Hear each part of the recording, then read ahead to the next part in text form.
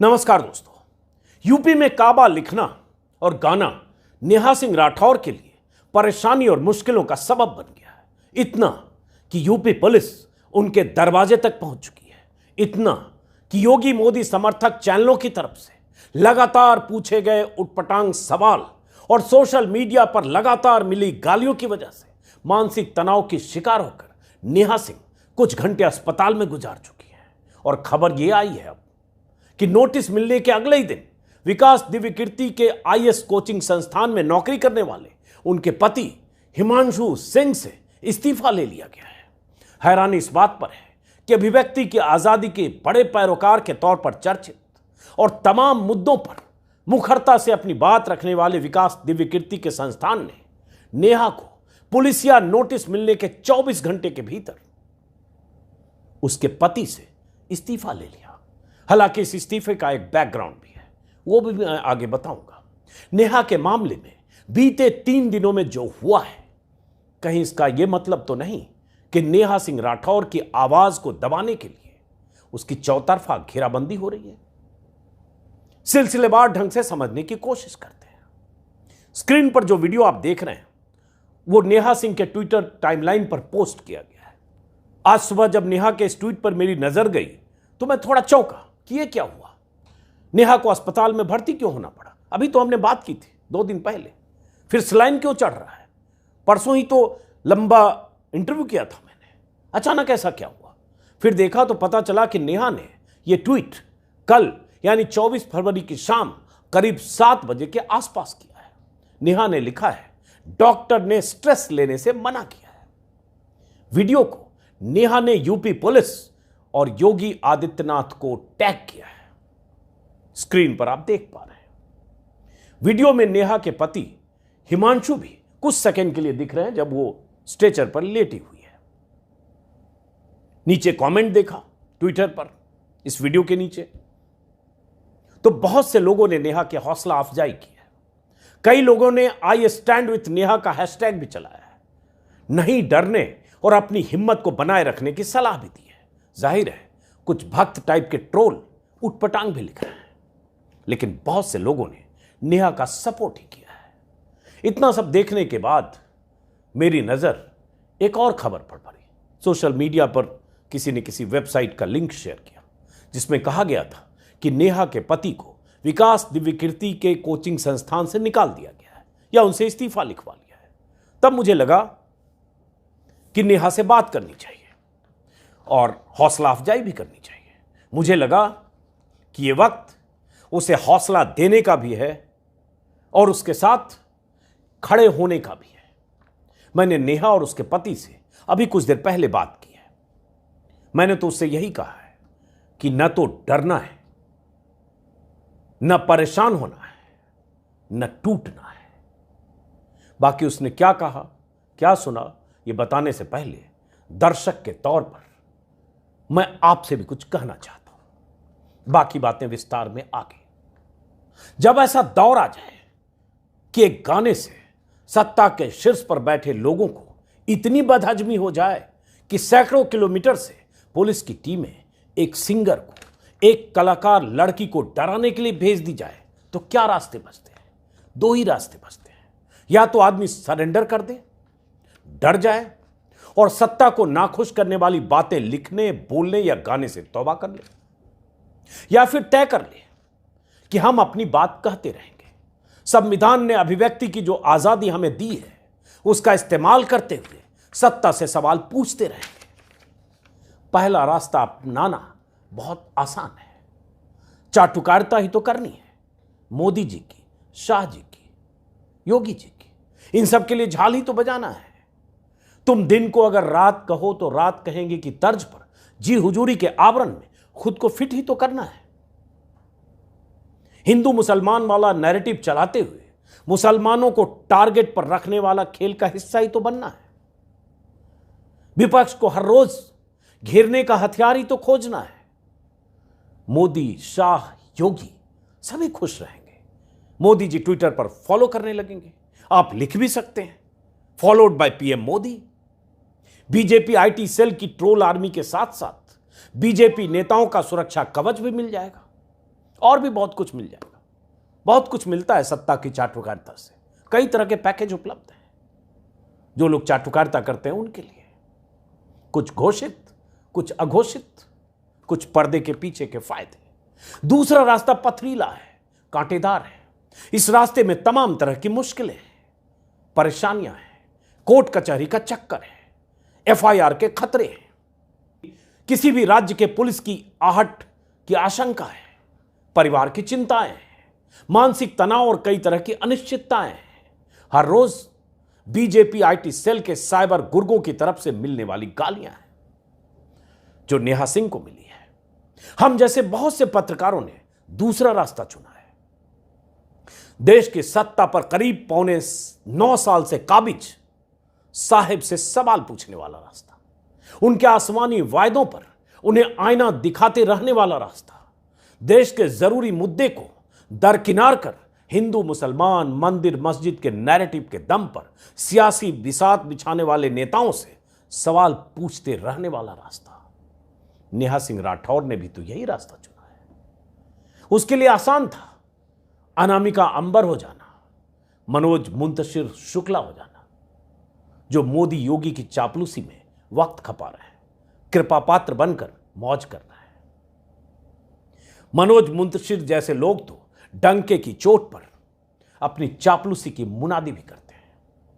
नेहा ने बीते 3 सालों में चाहे बिहार में काबा गाकर बिहार सरकार की नाकामियों पर चोट अरे काबा बिहार में काबा स्ट्रेचर वेंटिलेटर अरे नहीं एम्बुलेंस हो, या फिर यूपी में अरे बाबा काबा के जरिए अपनी बात रोजगार बा, हाथ रस चुनाव के निर्णय जो हत लड़की के परिवार बा। अरे काबा या फिर यूपी में काबा, गुजरात में काबा गाकर मोरबी त्रासदी को आवाज दी।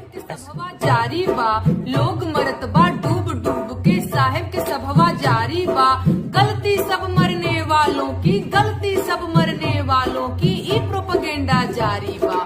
काबा गुजरात कानपुर की घटना के बाद नेहा ने यूपी में काबा का सीजन 2 जारी किया था। उसी से योगी सरकार इतनी बौखला गई। काबा यही तो यूपी में काबा, और बाबा के डीएम तो बड़ी रंगबाज बा, बाबा के डीएम तो बड़ी रंगबाज बा, कानपुर देहात में ले आइल राम राज बा, बुलडोजर से रौंदत दीक्षित के घरवा आज बा, अरे यही बुलडोजरवा पे बाबा के नाज बा। काबा यूपी में काबा, कलेक्टर ठुमके बाज, 62 कलो कर्मी जाज। यूपी में काबा गाकर क्या नेहा ने इतना बड़ा गुनाह कर दिया? कानपुर में जिस ढंग से मां बेटी की झोपड़ी में जलकर मौत हुई है वो कोई मामूली घटना है? उस घटना पर अगर नेहा सिंह जैसी लोकप्रिय लोक गायिका ने अगर गाकर खुद को अभिव्यक्त करने का फैसला किया और अभिव्यक्त किया तो पुलिस उसके ससुराल से लेकर घर तक अपने दस्ते लेकर पहुंच जाएगी कि क्या नेहा को इसकी सजा मिलेगी, इस तरह की गायकी की सजा? और अगर मिलेगी तो आप जैसे दर्शकों की भी कुछ जिम्मेदारी बनती है, वो ये कि नेहा जैसों के साथ खड़े रहिए। उम्मीद है कि आप ऐसा ही करेंगे। अब आते हैं नेहा और उसके पति ने बातचीत में मुझसे क्या कहा जब आज सुबह मैंने नेहा को फोन किया। जब फोन किया तभी वो एयरपोर्ट पर उनकी फ्लाइट लैंड हुई थी। नेहा अपने पति के साथ लखनऊ पहुंची थी। लखनऊ में आज तक का साहित्य आज तक प्रोग्राम है, उसमें हिस्सा लेने के लिए मानसिक तौर पर परेशान थी और बताया कि हॉस्पिटल में कुछ घंटे गुजारने पड़े, तनाव में, दबाव में। यह आसान नहीं होता है, पुलिस का नोटिस मिले और ससुराल भी पुलिस पहुंच जाए, शादी के कुछ महीने हुए हों और तमाम तरह की चिंताओं के बीच पति की नौकरी चली जाए, घेराबंदी चौतरफा हो, तो चिंता होती है। हिमांशु से मैंने पूछा कि खबरें कुछ जगह मैंने वेबसाइट पर देखा कि आपको इस्तीफा ले लिया गया आपसे या नौकरी छोड़नी पड़ी, क्या बैकग्राउंड है? तो हिमांशु ने बताया कि वो नेहा के साथ ट्रैवलिंग की वजह से कई बार छुट्टियां लेते रहे हैं, छुट्टियां उनकी ज़्यादा रही हैं। छुट्टियों को लेकर उनसे पूछताछ भी संस्थान ने, विकास दिव्यकीर्ति का जो संस्थान है, संस्थान ने उनसे कई बार पूछा था, लेकिन नौकरी जाने की नौबत नहीं थी। उन्होंने बताया, जो उन्होंने बताया शब्द से बता रहा हूं, उन्होंने बताया नोटिस के बाद, जब नोटिस मिली, खबरें आई, उसके बाद उनको बुलाया गया। विवेक तिवारी नाम के शख्स हैं जो विकास दिव्य कीर्ति के संस्थान में मैनेजरियल भूमिका में नंबर 2 या किसी पद पर हैं।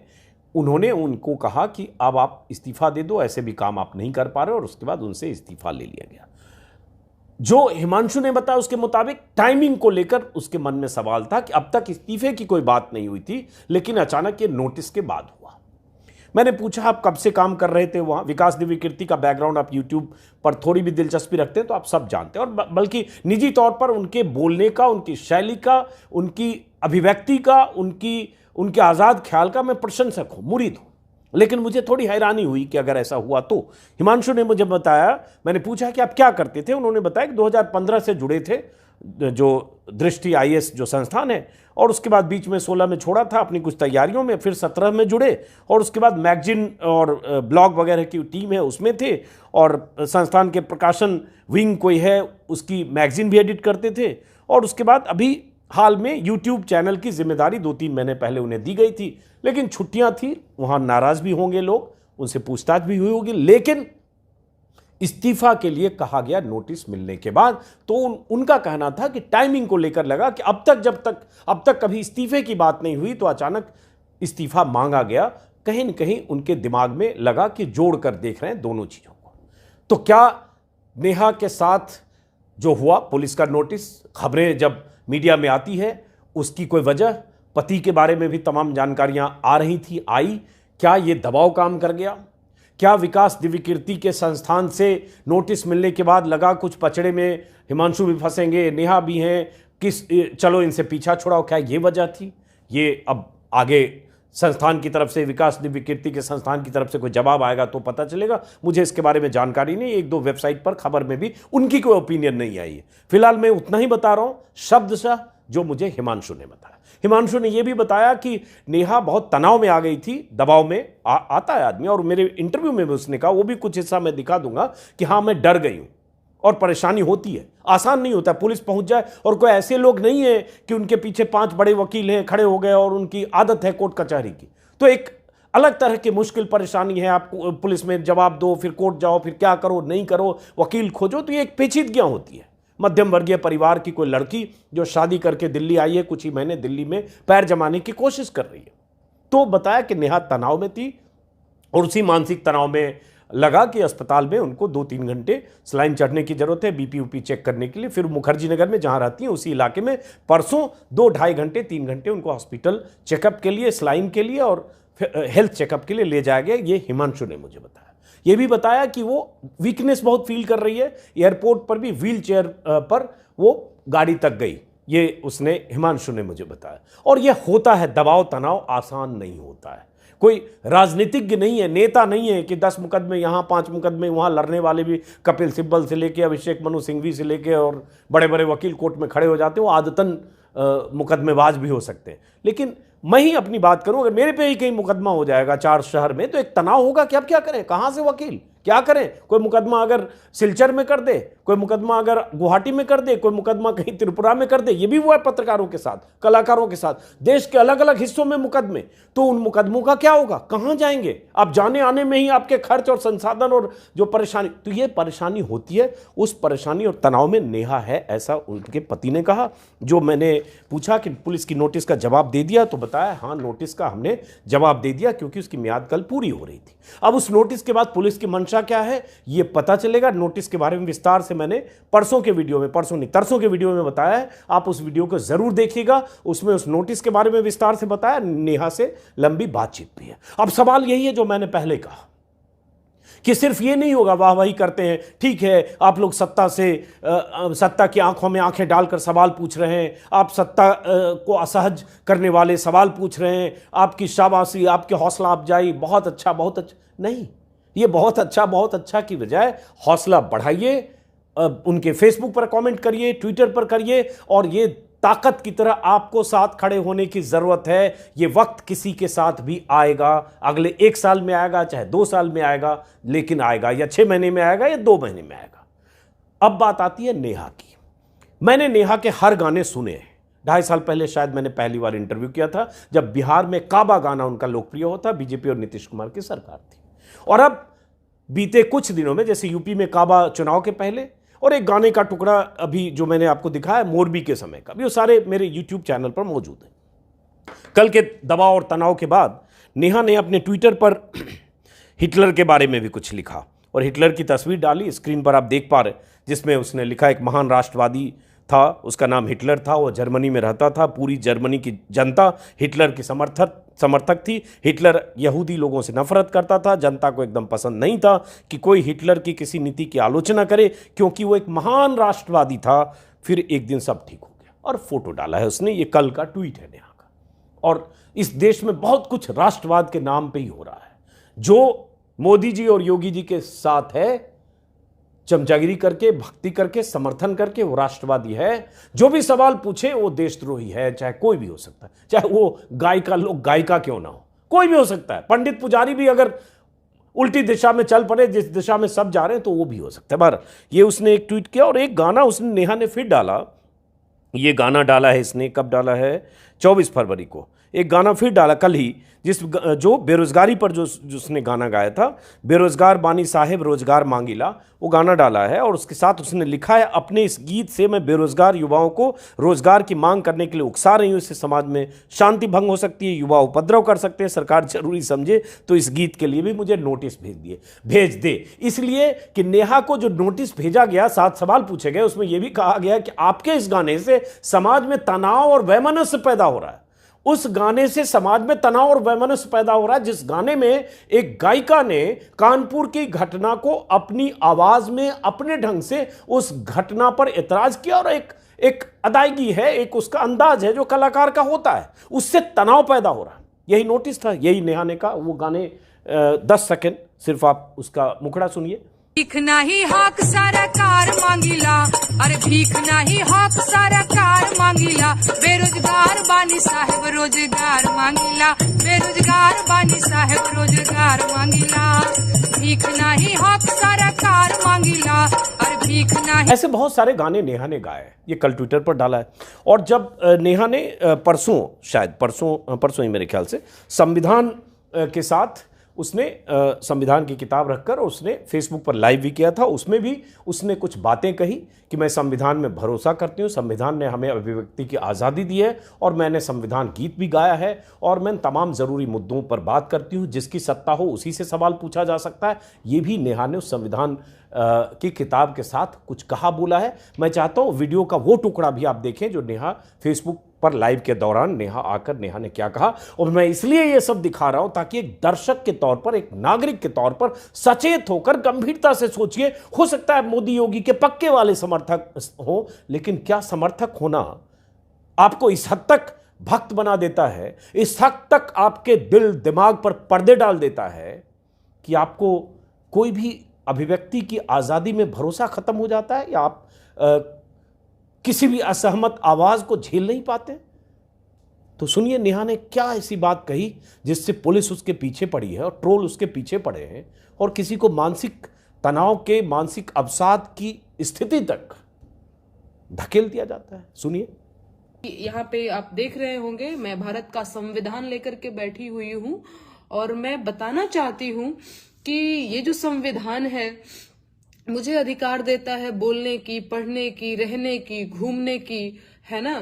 तो मैं कोई भी काम, मेरा गीत, कोई भी गीत, वो संविधान के दायरे से बाहर नहीं है, और वो संविधान के अंतर्गत ही है। ये संविधान जो है मुझे आजादी देता है, जैसा कि मैंने बताया। बाकी और मैं इसमें आप लोगों को भी मैं बता देना चाहती हूँ कि देखिए किन किन चीजों की मुझे आजादी है, और जो गीत मैंने गाया है उसकी आजादी, उसकी प्रेरणा कहीं ना कहीं मुझे भारतीय संविधान से मिलता है। इससे पहले मैं वो गीत भी सुनाऊंगी जो गीत मैंने मौलिक अधिकारों के गीत के नाम से रिलीज किया था, और उसको भी आप लोगों ने सुना था और काफी पसंद भी किया था। वो गीत संविधान गीत के नाम से, मौलिक अधिकारों के गीत के नाम से था।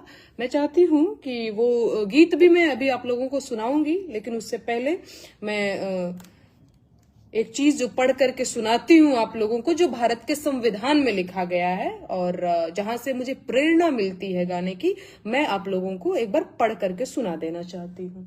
ठीक है, संविधान किताब एक बार दिखा दो। संविधान की है ये देखिए, शायद आप लोग देख पा रहे हो। एक्चुअली ये बहुत बड़ा है, ये इतना बड़ा है, इतना भारी है। ये भारत का संविधान है। मेरे लिए जितना पूजनीय गीता है, रामायण है, रामचरितमानस है, उतना ही पूजनीय भारत का संविधान भी है।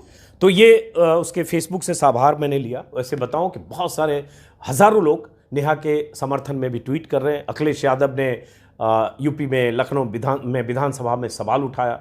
अखिलेश यादव ने भी कहा कि अगर कोई लोक गायिका अगर यूपी में काबा गा रही है तो पुलिस उसको नोटिस देने क्यों पहुंच रही है, अखिलेश यादव ने कहा।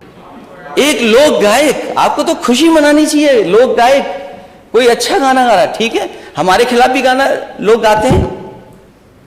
यूपी में काबा,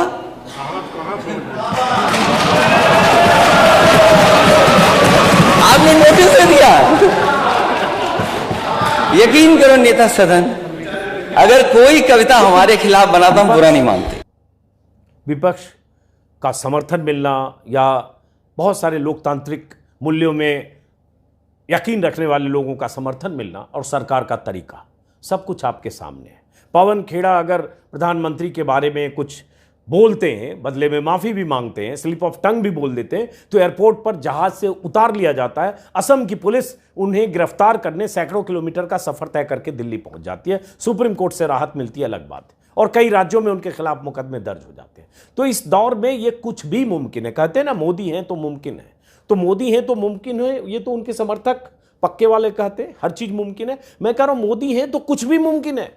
हो सकता है ये वीडियो कर रहा हूं, इसी वीडियो में किसी बात से किसी की भावनाएं आहत हो जाएं और वो कहीं अयोध्या में, फैजाबाद में या गोरखपुर में या प्रयागराज में या कहीं भी एक मुकदमा कर दे और उसके बाद पुलिस 4 दिन बाद मेरे घर पहुंच जाए। ये भी हो सकता है, कुछ भी मुमकिन है, क्योंकि मोदी हैं तो मुमकिन है।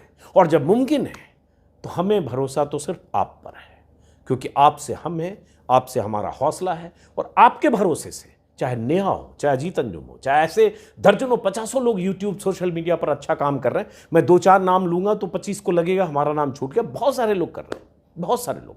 और ये सोशल मीडिया की ही ताकत है कि सरकार असहज है, क्योंकि मुख्य धारा की मीडिया तो ऑलरेडी कॉम्प्रोमाइज्ड है। अडानी की खबरें गायब हैं। जिस अडानी को बाजार में हर रोज 440 वोल्ट का झटका लग रहा है, उस अडानी की खबरें गायब हैं। खुलासे विदेशी अखबारों में हो रहे हैं। कहीं से विपक्ष के साथ जो नाइंसाफियां होती हैं, वो आवाजें उनकी उस तरह से चैनलों पर सुनाई नहीं देती, उनकी घेराबंदी होती है। प्रधानमंत्री और सरकार के साथ पूरा मीडिया है। तो भरोसा किस पर है? आप पर। और आप इस भरोसे को बनाए रखेंगे, इस उम्मीद पर हम जैसे लोग बोलते रहेंगे, तमाम तरह के खतरे को मोल लेकर। उम्मीद करेंगे कि नेहा के साथ इंसाफ होगा। पुलिस अगर नेहा को परेशान करने की मंशा से उसके घर गई थी, और उसके बाद पुलिस की वही मंशा रहती है। और यह भी बता दूं कि अगर पुलिस उसके घर गई, ऊपर से अगर निर्देश नहीं होता, तो इतना सोशल मीडिया पर सैकड़ों लोगों के लिखे जाने के बाद, विधानसभा में सवाल उठने के बाद, 50 वीडियो बनने के बाद, कम से कम पुलिस बैकफुट पर आती, लेकिन नहीं आई। इसका मतलब सब कुछ तयशुदा ढंग से हो रहा है। ये मानकर चलिए जो होता है टॉप से होता है, बॉटम वाले प्यादे तो सिर्फ उस पर अमल करते हैं। तो ये जो कुछ हो रहा है ऊपर से हो रहा है। इसलिए जरूरी है कि आप जैसे दर्शक हौसला देते रहें, ताकि लगे कि जो होगा देखा जाएगा। फिलहाल इस वीडियो को खत्म करते हैं। अगर आपने मेरे YouTube चैनल को सब्सक्राइब नहीं किया तो सब्सक्राइब करें। नेहा का भी YouTube चैनल है, उसे भी सब्सक्राइब करें। यह भी एक किस्म की हौसला अफजाई है। Neha Singh Rathore YouTube, Facebook page, उनके फेसबुक पेज, YouTube पेज को भी देखें। नमस्कार।